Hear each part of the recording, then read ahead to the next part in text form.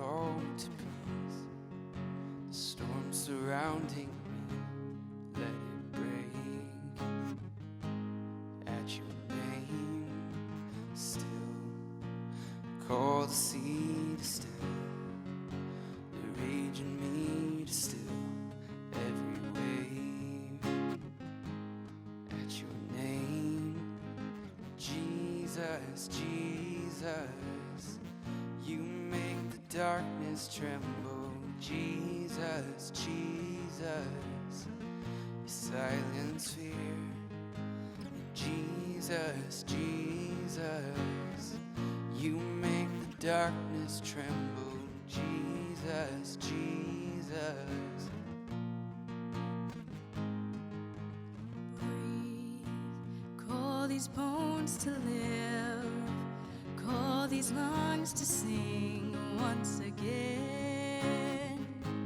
I will praise Jesus, Jesus, you make the darkness tremble. Jesus, Jesus, you silence fear. Jesus, Jesus, you make the darkness tremble. Jesus, Jesus. And your name is a light the shadows can't deny. Your name cannot be overcome. Your name is alive, forever lifted high. Your name cannot be overcome. Yeah. Your name is a light that the shadows can't deny. Your name cannot be overcome. Yeah. Your name is a light forever lifted high. Your name cannot be overcome.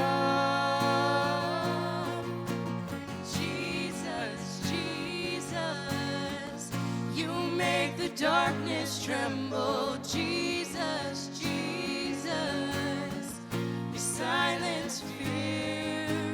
Jesus, Jesus, you make the darkness tremble. Jesus, Jesus.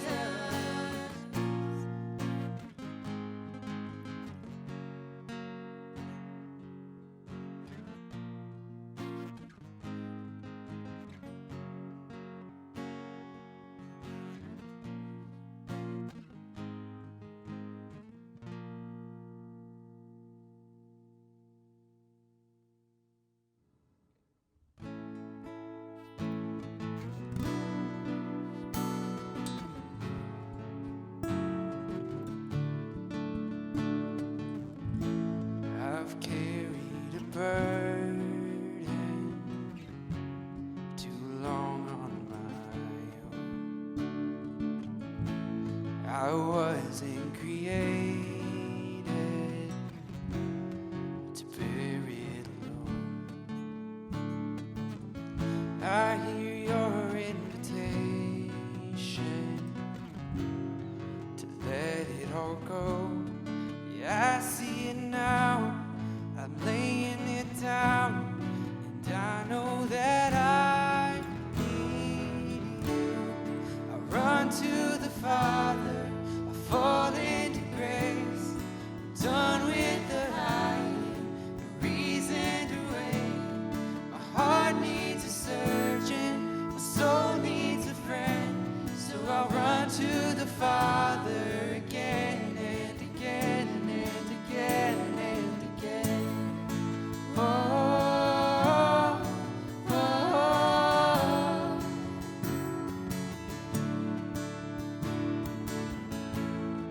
You saw my condition, had a plan from the start. Your Son for redemption, the price for my heart. I don't have a context for this kind of love. Don't understand, I can't comprehend. All I know is I need you. I run to the Father, I fall into grace. I'm done with the hiding, no reason to wait. My heart needs a surgeon, my soul needs a friend. So I run to the Father again and again and again and again. Whoa, whoa, again and again and again and again. Whoa, whoa, whoa, and again and again. Heart has been in your sight long before my first breath, running into your arms, running to life from death. I feel this rush deep in my chest. Your mercy is calling out. Just as I am, pull me in, and I know I need you now. I run to the Father, I fall into grace. I'm done with the hiding, no reason to wait. My heart found a surgeon, my soul found a friend. So I'll run to the Father again and again and again and again.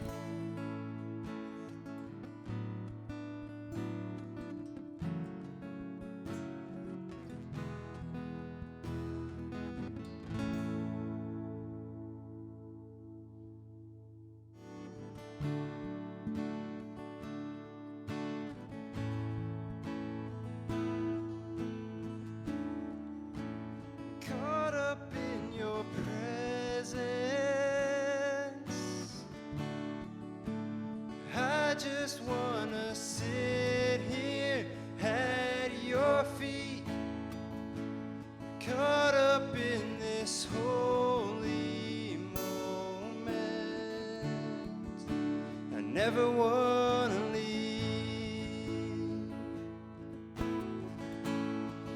Oh, I'm not here for blessings. Jesus, you don't owe me anything more than anything that you can do. I just want you.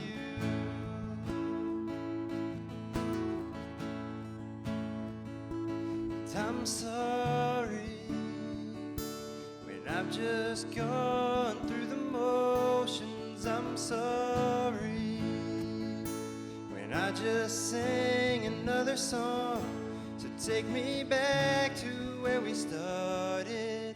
I open up my heart to you.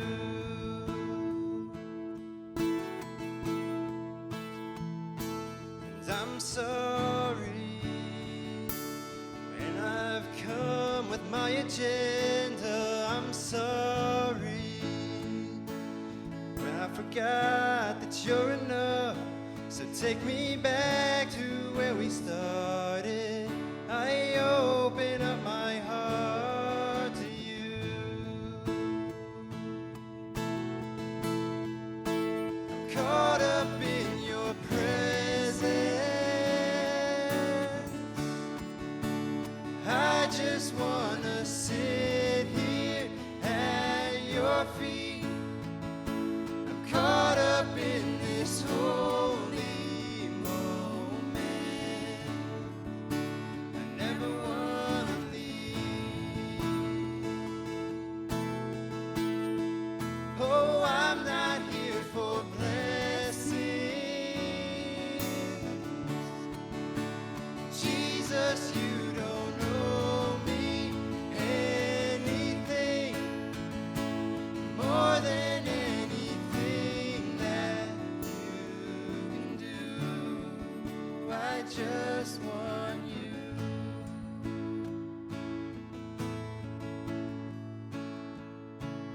just want you.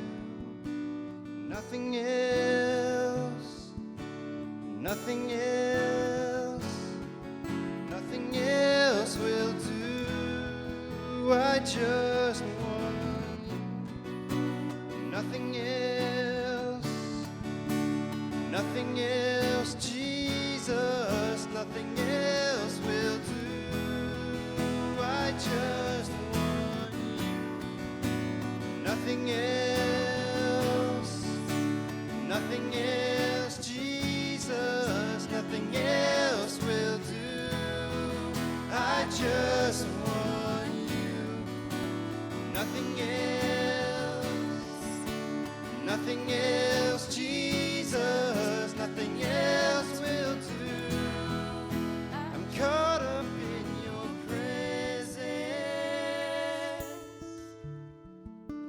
I just wanna sit here at your feet. I'm caught up in this holy moment. I never wanna leave. Oh, I'm not here for blessings.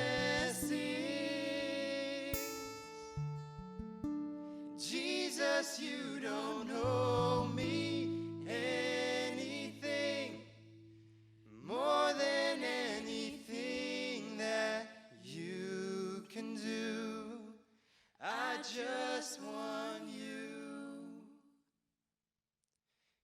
I'm Valencia. I'm Keely. I'm Brandy. We're senior social work students putting on chapel this week for domestic violence awareness. Some things you guys can do this month to help promote domestic violence is wear the color purple, and you can join us in our Chalk It Up event next Tuesday, October 20th. Our speaker's name is Colleen Connell. She's a domestic violence survivor, and she's going to share her story with us this morning. Good evening. I'm Colleen, and I'm here to talk to you tonight about my story of domestic violence. I'm both a victim and a survivor of domestic violence. There are many people who don't like to use the word victim when we discuss people who have been through domestic violence and are on the other side of it, but the truth is, I am both a victim and a survivor. Those are two sides of my story, and they're equally important. In a 2013 TED Talk entitled The Danger of a Single Story, author Chimamanda Adichie proposed that we should not approach a single group of people, a nation, a country, an ethnicity, with a single story in mind about who they are. And I think this is true for domestic violence too. Often we think of domestic violence as a single story, a story of a woman, a story of a person who's bruised and beaten, a story of a person who's pitiful and sad, a story of a person who is going in and out and back and forth in this relationship because she loves and wants to be loved by this abuser. And that is not everyone's story. And physical violence is not the only form of domestic violence that exists. That is not my story. My story looks much different than that. The truth is that I was married for 21 years in a relationship with my ex-husband for 21 years. We had 5 children who are living and 1 child who passed away when he was 4 months old. And I never had anyone leave me bruised or marked or put me in the hospital or any of those things that you hear when you think about domestic violence. Instead, I was a victim of verbal abuse, emotional abuse, spiritual abuse, sexual abuse, and many other forms of abuse. It's hard to describe what that looks like in a relationship. It's hard to articulate exactly what it meant to me to be a victim of those forms of abuse. But I'm going to try to share this with you tonight so that you can understand better what one person's story of domestic violence can look like. From early on in our relationship, I knew that something was off kilter, but I ignored it because I wanted so badly to be the perfect wife and the perfect mother and to have the perfect marriage. There were times of constant rage in my marriage. From the very beginning, he would lose it very easily. There were points in our marriage where there were no pots and pans that would lay flat on our stove from being banged and thrown to the floor so often. There were dinners thrown at the wall. and just a constant rage that I was expected to deal with and to mitigate for him, that it was my responsibility, and if I couldn't fix it, it became my fault. And that was the major form of abuse that took place in my marriage. The other situation that took place in my marriage was that every negative emotion that he had, I was supposed to be able to come up with a solution for, fix, and if I could not, then it was somehow my fault, and I needed to do something differently. If I could not, then it became a matter of the fact that I was not a good enough wife. I was not submissive enough. I was not holy enough. I was too opinionated. I was too strong-minded. I was not letting him be the leader and the head of our household. Now, a lot of you may come from Christian backgrounds and know, have heard the scriptural references that pertains to, but the truth is that's a form of abuse, and it's called spiritual abuse. To use religion to try to put someone in their place or to hold something over their head is a form of abuse, and that was the major form of abuse I experienced in my marriage, or a major form of abuse I experienced in my marriage. Another situations that happened were isolation from relationships. You know, people ask all the time, how did you not know? How did you not know that things were not okay? But the truth is that being in a Christian background and surrounded by Christian community, I had the notion that Christian women don't speak badly about their husbands, and that if I told anyone about the things that were happening in my marriage, that it would be gossiping negatively about my husband. And so often I didn't let anyone know, but people would get close enough and see that things were off kilter and try to bring it up with me, and I would get a little empowered. I would try to talk to him about it, and he would sabotage those relationships by either cutting me off from those people or moving our family to a different place. We lived in the 21 years we were married, we lived in 5 countries because we served as missionaries, in 21 towns, in 30 houses. There was no stability for us. He never held a job for longer than 6 months at a time. And all of that chaos, constant chaos, contributed to the constant rage, the constant emotional upheaval that then became my responsibility to fix.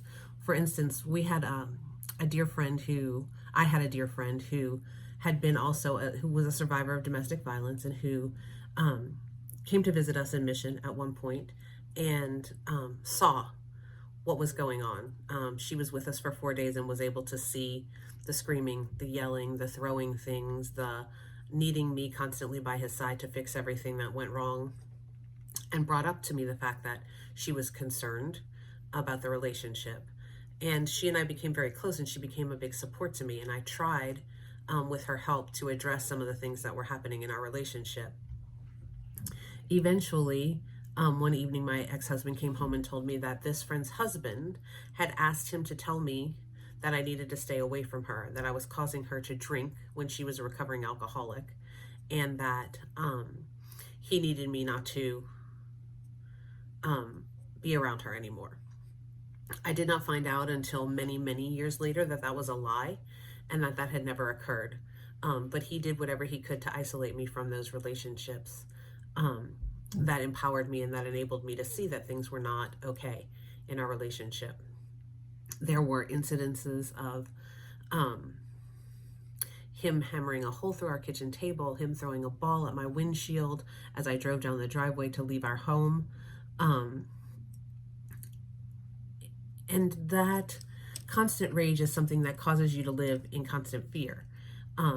I did not really realize until they were much older and could articulate it to themselves after our divorce that even my children lived in fear of this constant rage and unpredictability. When you don't know what person you're going to get, it's very difficult to live peacefully. And for those 21 years, I lacked peace. It was hard to know exactly how to address it and how to work through it. I thought that it was my responsibility to try to fix it, And also, I was raising young children, homeschooling young children. We became missionaries. We were living in other countries. I had no support systems. I was all on my own. And so I had no perspective on how bad things were. And I had no one to help me get out. And I don't know that I would have wanted to get out early on if anybody had been able to tell me. I think that I would have thought, because of my Christian background again, I thought divorce was wrong. And I thought that leaving made me a failure. That it was my responsibility to try to be, if I could be a better wife, that was what I always told myself. If I could just be a better wife, things would get better. He would get better. Obviously, I know now that that was not the truth. And that the lie, living in the lie of the fact that everything was my responsibility and that I needed to fix it, was part of the abuse.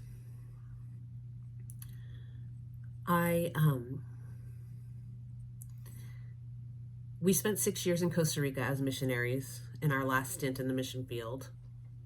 And that was the time in which things began to get really difficult for me. I was suffering from post-traumatic stress disorder from the loss of our son. And it was untreated at the time. And we were involved in a very emotionally and physically exhausting ministry that I had begun to pregnant Indigenous women who lived in our home with us. And I was homeschooling our 5 children. And we were just pressed on every side.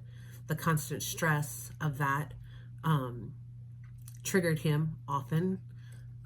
There was constant screaming and yelling, constant waking me up in the middle of the night, wanting to talk about things, which is another form of abuse. There was constant just pouring out negative emotions and expecting me to be able to handle them for him. And the weight of all of that actually led to a point in which I attempted suicide. That was the point at which I realized that, well, not immediately, but in the months following that, I realized that even if I was the one who was wrong in this situation, even if it was all my fault, I didn't deserve to die for it. And I didn't want to die. So I began to look for help to get out. I began to tell him that I needed to go home from the mission field, that I needed time to heal. And his answer was always that if God wanted us to leave the mission field, he'd give us a place to live for free. That he just couldn't give up his vision of what our life was supposed to be to take care of me and my needs. I was ignored and left to battle and struggle on my own. And so finally a friend offered me the opportunity to come here to Fort Wayne and apply for a job. And I did. And I took the job on the spot. I went back and told him that the kids and I were going to move to Fort Wayne and he could do what he wanted. And what he decided to do was to split his time between the mission field and home.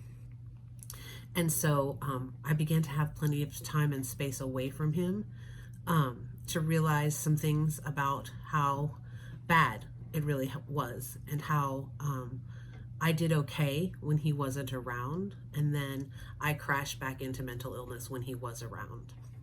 And I had many friends who were able to see that as well and support me in realizing that this was not okay and this was not how I needed to live. And so I asked him for a separation, an informal separation.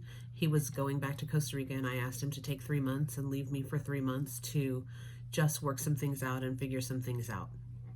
And in that time period, he began to call and text incessantly, contact our friends and tell them I was missing, so that they would get out on the run looking for me.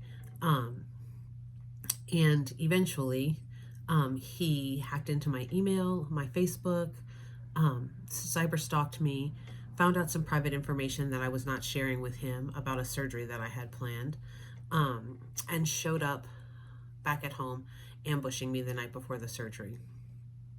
I went the next day and filed a protective order and was granted it.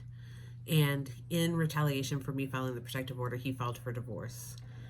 We began the process of divorce. It was treacherous and terrible. He tried to take the kids from me, claimed that my mental illness was a danger to the kids, and threatened to take the kids and run if he didn't win the court battle. And it was a terrible, terrible time. But finally, 2 years ago, we made it to the other side of the divorce, and I stepped into my freedom. I stepped into the second half of my story where I could become a survivor and where I could thrive rather than just be surviving day to day.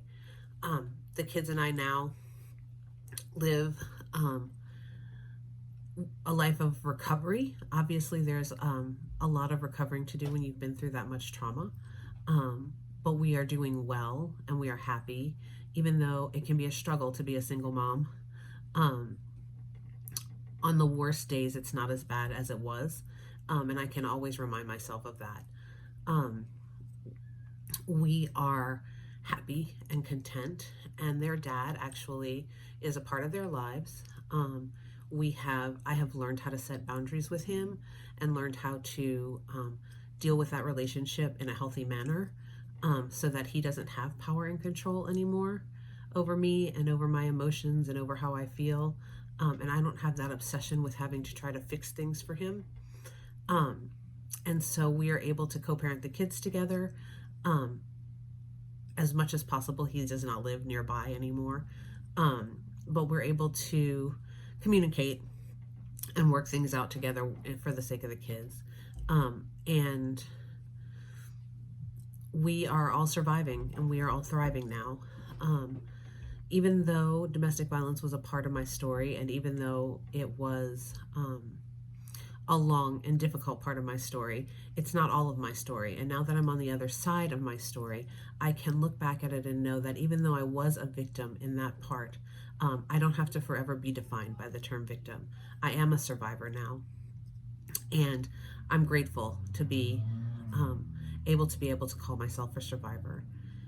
I hope that this helps you understand a little bit about domestic violence, about the way it can take place in people's lives, and that it doesn't always look like the story we tell ourselves, that there are lots of forms of abuse and there are lots of ways that it affects people, and there are lots of stories. Every story is different, but it's important for you to know how all these stories can look, because you may be sitting next to a person who is experiencing these unseen forms of violence, these forms of violence that don't leave bruises, that don't leave broken bones, that don't put people in the hospital. And it's important for you to have the eyes to see when something is off kilter, and to not be afraid to have the awkward conversation of saying, hey, I don't think things are right here. Are you okay in this relationship? If it wasn't for the people who did that for me over and over again and empowered me little by little, I don't know that I would be here today. And so I encourage you to realize that 1 in 4 women will be a victim of domestic violence. So someone in the room, in any room that you're in a classroom, in our virtual chapel tonight, is a victim. Someone sitting near you in a restaurant is a victim. Without a doubt, a friend or a family member that you love is a victim. And so it's important for you to realize that every story is different and every story looks different. But for you to have eyes to see and ears to hear in order to know how you can step in and help someone. I hope this helps you see a little bit, my story helps you see a little bit about the truth and the reality of domestic violence, and encourages you to be educated, be aware, and step in to help when you can. Thank you.